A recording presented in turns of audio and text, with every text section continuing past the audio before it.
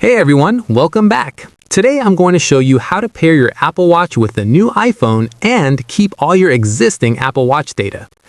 If you want to keep your current Apple Watch setup, the first thing you need to do is create a backup of your Apple Watch. To do that, open the Watch app on your old iPhone and tap All Watches in the top left corner. Next, tap the info icon next to your Apple Watch, then select Unpair Apple Watch. Unpairing is the only way to create a backup of your Apple Watch, and during this process, all your watch data and settings will be backed up to your iPhone automatically. After unpairing the Apple Watch, you'll need to back up your iPhone. You can do this using iCloud, which will automatically include the Apple Watch backup.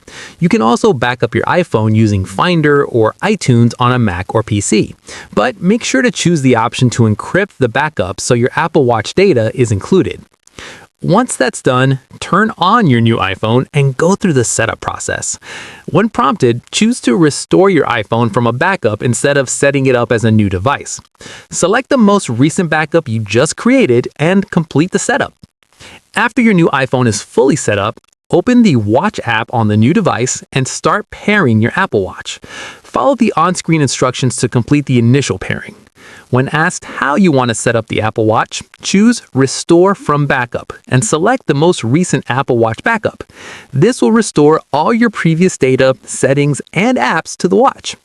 The restore process can take some time, so be patient and keep both devices close together and connected to Wi-Fi.